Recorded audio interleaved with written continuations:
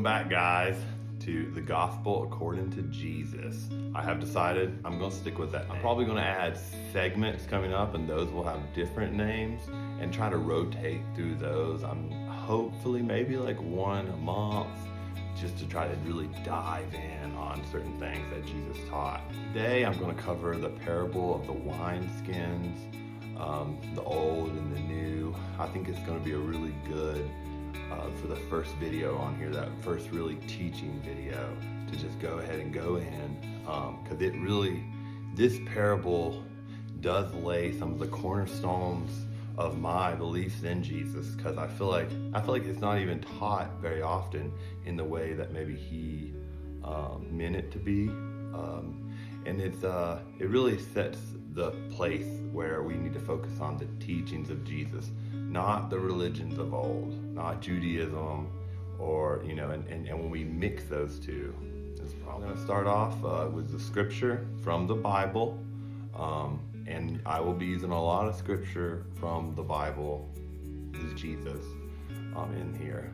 Lots of good in the Bible. There's lots of good throughout all kinds of scripture, not even just the Bible. I've read the Quran, I've read the Bhagavad Gita, I've studied some. So let's get into some scripture. Luke 5:36 through 39. And this is the New International Version. I go that one, it's easier to read. You can do whichever one you like, go for it.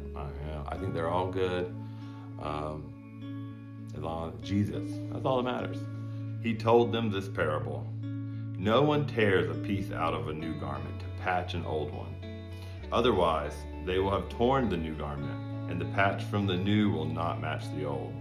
And no one pours new wine into old wineskins. Otherwise, the new wine will burst the skins, the wine will run out, and the wineskins will be ruined. No, new wine must be poured into new wineskins. And no one, after drinking old wine, wants the new, for they say the old is better. And we see that. We see that today more than ever. People they want the old. They want the law of Judaism. Some of it, they don't want all of it. Because it gives them a place of, I feel like they can be judgeful. Because they're like, oh, I'm not doing this, so I'm good. And you're doing that, so you're bad. And I'm righteous. And that's just, and I've been there. There was a point in my life where I was a very judgmental person based on the Bible. When I was a full-fledged Christian, I judged a lot, and I thought it was righteous judgment. I did, but I learned over time and reading and studying the teachings of Jesus that that's not exactly the way it needs to be.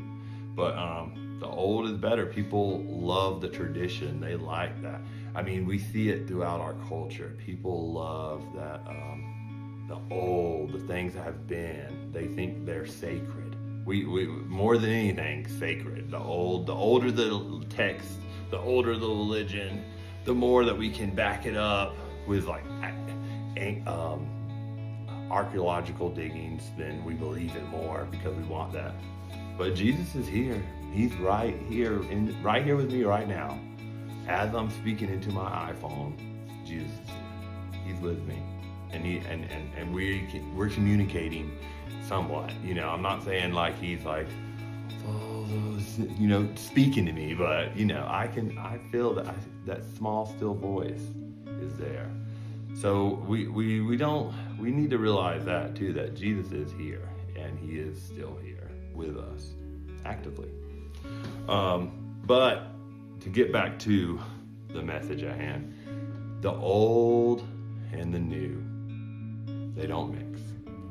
What we have today in Christianity is the old with the new patched on it. Jesus is that patch. He's patched right on it. He's onto the old religion. And so that's why we have Judeo-Christianity. We have this whole religion that's based on what Jesus did, not what he taught. And as as we see in this parable, the old and the new can't mix, or both will be destroyed. And that's what we see. We see the teachings of Jesus around the world. Number one religion, right? Christianity. Number one religion in the world. But do we see Jesus in the world? Do we see all these countries that are Christian nations? Do we see the world-changing effects of Jesus? No. Because the old and new are mixed, and they are both being ruined. Because, the religion itself is shattered. Christianity is shattered into bits and pieces. And if you get 3 Christians together, for them all to agree on what they believe would be a miracle. So we see this parable. We see what Jesus was trying to warn us actively. So we need to listen. We need to take this and be like, all right, we cannot mix the old and the new. And the old is nice, it's comfortable.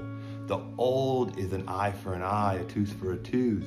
The old is being able to, build wealth and being able to just worry about yourself, like building a family. The old makes building a family the most important thing you can do. But that's not what Jesus taught. Jesus taught the most important thing was the kingdom of heaven, and spreading it now, and making it now, and living it now. So we want the old, because the old is also wrapped around being human. The old is more man understanding God and saying what they believe God. That's why, there's going to be a whole lesson on this, but Jesus, he said, you have heard it said, but I tell you. And he's saying, like, what y'all learned, the old wasn't right. It's not, I'm not coming to make the old into the new age, and it's the new thing, to fulfill prophecy. And he did, but that's another, we'll get there too. But the old has to end there, because it was mistaken. It was an error. And Jesus is coming to tell us the truth. So it's not even so much about new and old. It's about error and right. And that is really what it comes down to. In closing, we have to focus on the new, on the teachings of Jesus, on what they are about, on love, on kindness, on self-sacrifice, on humility. That's it. Not religion, not who's right and who's wrong. Just Jesus. Can't mix the old with the new. Thank you guys for watching. I hope this spoke to you.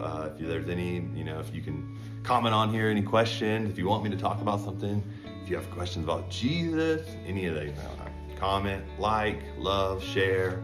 I'm gonna be clipping and putting on social media, so if y'all guys are on there, awesome guys. Well, I'll see you, hope maybe tomorrow. We'll see you in the next video. I don't have a little schedule going on, but thank you for tuning in.